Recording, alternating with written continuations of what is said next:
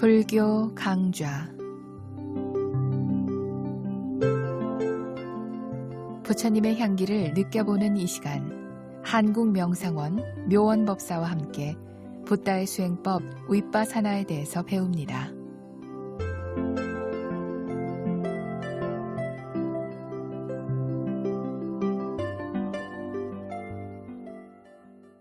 안녕하십니까, 묘원입니다. 진리는 지혜가 있는 자의 것입니다. 그래서 진리의 법은 원하는 자에게 주는 것입니다. 원하지 않는 자에게는 아무리 고귀한 법이라도 그것이 괴로움입니다. 원하지 않는데 정법을 주려고 하다가 오히려 서로가 미워할 수도 있습니다. 주는 자의 입장에서는 받지 않는다고 미워하고, 받는 자는 원하지 않는데도 강요한다고 화를 냅니다. 그러면 서로가 정법을 훼손한 과보가 따릅니다. 그래서 법은 원하는 자에게 말하지 않는 것이 좋습니다. 법이 있어도 그것은 아는 자의 것입니다. 이처럼 법은 상호의 조건이 성숙되어야 비로소 법입니다. 바로 이것이 법입니다. 그래서 우리가 법문을 들을 때 청법을 하는 이유가 여기에 있습니다. 수행자 여러분, 지난 시간까지 마음의 작용의 첫 번째 그룹인 기본적인 마음의 작용 13가지와 두 번째 그룹인 선하지 못한 마음의 작용 14가지를 말씀드렸습니다. 이제 세 번째 그룹인 깨끗한 마음의 작용 25가지를 말씀드리겠습니다. 깨끗한 마음의 작용은 마음을 청정하게 하는 작용이라서 깨끗한 마음의 작용이라고 합니다. 그래서 이것은 선한 마음의 작용입니다. 바꾸어 얘기하면 선행을 의미합니다. 깨끗한 마음의 작용은 모두 25가지이지만 그 중에 19가지는 선한 마음이 일어날 때마다 19가지가 연관되어 함께 일어나는 마음의 작용입니다. 그래서 이들 19가지의 마음의 작용은 항상 함께 있습니다. 물론 선한 마음의 작용이 얼마나 개발되었는가는 사람마다 다르겠지만 선할 때는 이러한 마음의 작용을 공통적으로 가지고 있습니다. 이상의 19가지 외에 절제와 함께 있는 마음의 작용 3가지와 무량과 함께 있는 마음의 작용 2가지와 미혹 없음의 마음의 작용 1가지가 있습니다. 이들 마음의 작용은 조건이 성숙되면 다시 작은 그룹끼리 모여서 함께 결합하여 일어납니다. 자, 그러면 깨끗한 마음의 작용 22가지에 대해서 알아보겠습니다. 깨끗한 마음의 작용은 선행을 의미합니다. 믿음, 알아차림, 양심, 수치심, 탐욕 없음, 성냄 없음, 중립, 감관의 평온, 마음의 평온, 감관의 경쾌함, 마음의 경쾌함, 감관의 부드러움, 마음의 부드러움, 감관의 적합함, 마음의 적합함,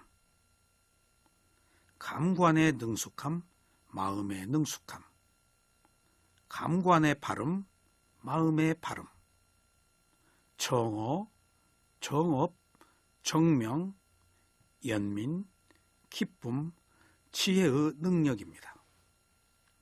이상이 깨끗한 마음의 작용 25가지였습니다. 깨끗한 마음의 작용 중에서 선한 마음의 작용이 일어날 때마다 19가지가 연관되어 함께 일어나는 것들은 다음과 같습니다. 그러니까 선행 하나가 일어나면 19가지가 함께 일어난다는 사실을 유념해야 하겠습니다. 1번 믿음입니다. 믿음은 부처님과 부처님의 가르침과 승가라는 삼보에 대한 믿음입니다. 불교의 믿음은 맹목적인 믿음이 아니고 알아차림을 가지고 대상을 탐구해보고 난 뒤에 얻는 확신에 찬 믿음입니다. 그래서 이때의 믿음을 신뢰할 만한 믿음이라고 말합니다. 맹목적 믿음은 사교의 위험이 있지만 대상을 탐구해보고 나서 확신에 찬 믿음을 가지면 맹신에 빠지지 않고 오히려 지혜를 개발할 수 있습니다. 몸과 마음에 나타난 대상은 항상 와서 보라고 말하고 있습니다. 와서 보라고 나타난 대상을 개입하지 않고 탐구해보면 가르침에 대한 진리를 알 수 있습니다. 그러면 그때 확신에 찬 믿음을 갖는 것이 순서입니다. 그래서 처음부터 무조건 믿어서는 안 됩니다. 이러한 믿음이 진실한 것이며 이런 진실한 믿음을 바탕으로 해야 노력과 알아차림과 집중력이 생깁니다. 수행을 할 때 먼저 오근을 바르게 수행을 하면 오력이 생겨서 수행이 발전하게 됩니다.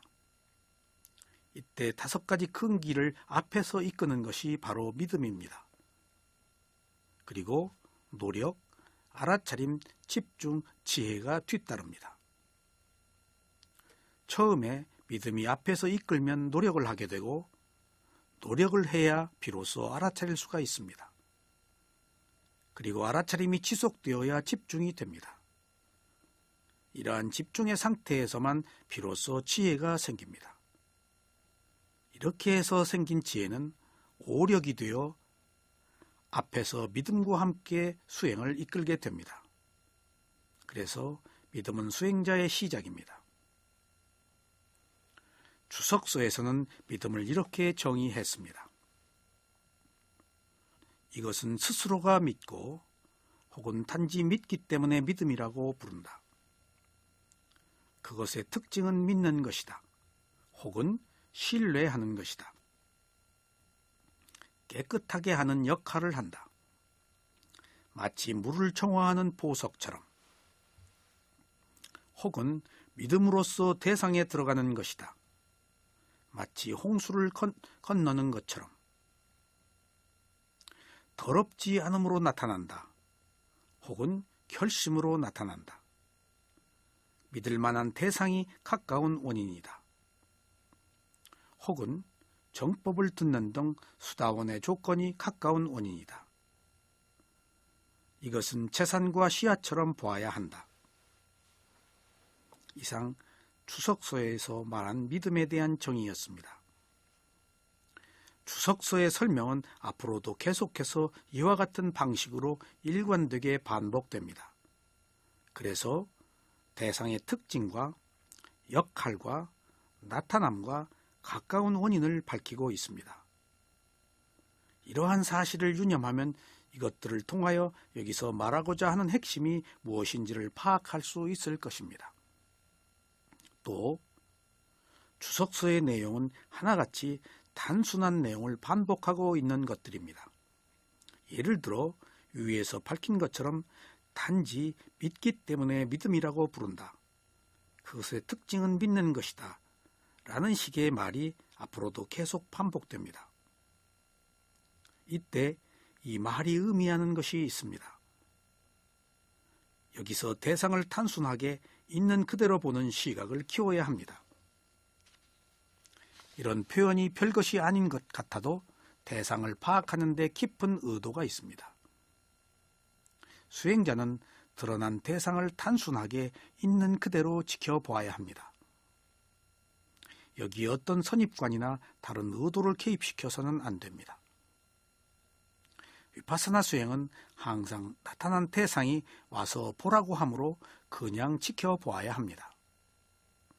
이렇게 개입하지 않고 보아야 비로소 객관적인 시각이 생겨 대상의 성품을 볼 수 있습니다. 그러므로 여기서 말하는 단순한 귀절들은 단순함의 의미를 뛰어넘어 그냥 있는 그대로 모든 것을 지켜보라는 의미로 말을 합니다. 그래서 수행은 단순하게 보아야지 복잡하게 보아서는 결코 안 됩니다. 또한 원인을 알려고 해서도 안 됩니다. 원인은 알아차린 결과로 자연스럽게 오는 것이어야 합니다. 만약 원인을 알려고 하면 그 순간 알아차림을 놓치고 사유에 빠지게 될 것입니다. 다음은 2번 알아차림입니다. 알아차림을 빨리어로 삿디라고 합니다. 한문으로는 염이라고 합니다. 이때 염은 생각할 염입니다.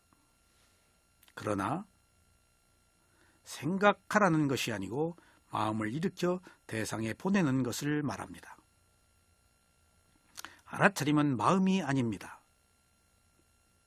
마음의 작용인 행에 속합니다. 이때 행위란 마음을 대상에 보내는 것이고 이것을 다시 마음이 아는 것입니다. 그래서 마음을 대상에 보내는 것은 오온의 행에 속하고 가서 아는 것은 오온의 식이 압니다. 알아차림이란 기억과 알아차림이란 두 가지 뜻을 함께 가지고 있습니다. 알아차림에서 말하는 기억에 대한 오해가 있으면 안 되겠습니다. 여기서 말하는 기억은 이미 지나간 것을 떠올리는 그런 기억을 말하지 않습니다. 알아차림에서 말하는 기억은 목전에 나타난 것을 잊지 않고 기억하여 알아차리는 것을 말합니다. 다시 말하면 현재 여기로 와서 있는 것을 대상으로 알아차리는 기억을 하는 것을 의미합니다. 이것을 현전하는 기억이라고 말하기도 합니다. 이때의 기억은 과거를 회상하는 그런 기억이 아니고 부처님과 법에 대한 선업과 관련된 것들을 잊지 않고 기억하는 것을 말합니다. 그리고 현재 가지고 있는 알아차릴 대상을 사라지지 않도록 돌보고 기억하는 것을 말합니다.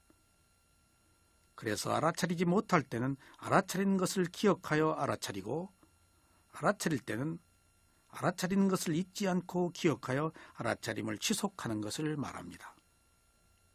그래서 기억과 알아차림이 하나가 되어야 올바른 수행을 할 수가 있습니다. 알아차림은 번뇌를 막아서 보호하기 때문에 계율을 지키는 행위입니다. 그래서 알아차리면 계청정이 이루어집니다. 위파사나라고 할 때 위는 다르다, 분리하다는 뜻으로 대상을 객관적으로 분리하는 것을 말합니다. 그러므로 주관적 관점이 개입되어서는 안 됩니다. 이렇게 분리하지 않으면 탐욕과 성냄과 어리석음으로 대상을 보게 됩니다. 그래서 위파사나 수행은 사마타 수행과 달리 대상과 하나가 되지 않습니다.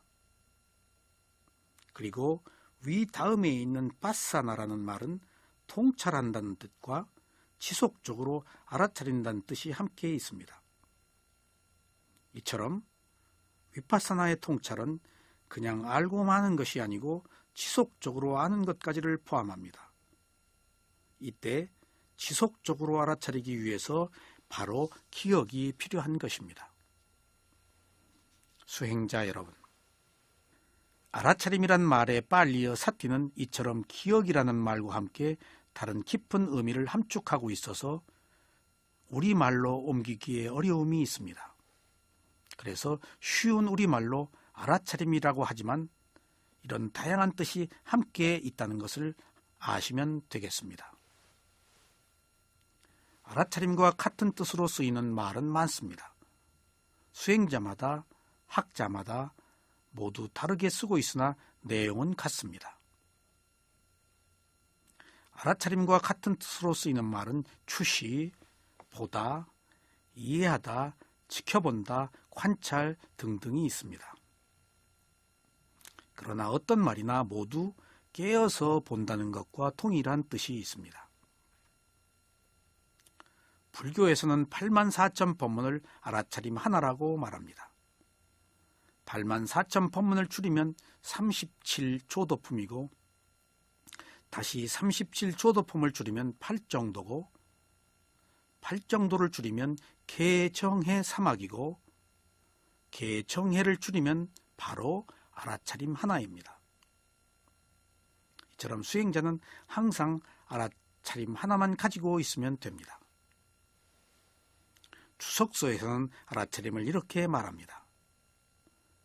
알아차림은 마음이 들뜸으로 치우치는 믿음, 청진, 통찰지로 인해 들뜸에 빠지는 것을 보호하고 게으름으로 치우치는 집중으로 인해 게으름에 빠지는 것을 보호한다.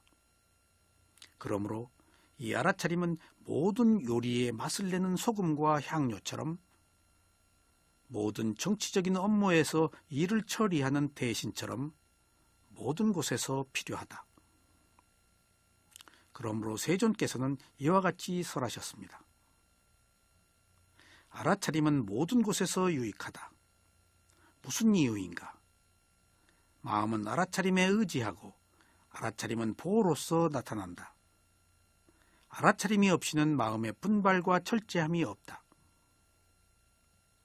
발정도에서 바른 알아차림이 한문으로는 정념입니다. 이때의 정념을 빨리어로 삼마사띠라고 합니다. 접두사 삼마는 한문으로 바를 정자를 쓰는데 빨리어의 뜻은 적절하게, 정확하게, 철저하게라는 말입니다. 이 말을 좀 더 구체적으로 살펴보면 삼마의 뜻은 알아차림이 있는 것을 말합니다. 그래서 팔정도의 정은 모두 알아차림이 있는 이라는 의미를 가지고 있습니다. 그래서 바른 견해는 알아차림이 있는 견해, 바른 사유는 알아차림이 있는 사유, 그리고 정어는 알아차리면서 하는 말, 정업은 알아차리면서 하는 행위, 정명은 알아차림이 있는 직업을 말합니다. 이처럼 우리가 팔정도의 팔을 정자가 모두 알아차림이라는 사실을 안다면 불교의 모든 법문을 하나로 종합한다면 그것이 알아차림이라는 사실을 알 수가 있을 것입니다.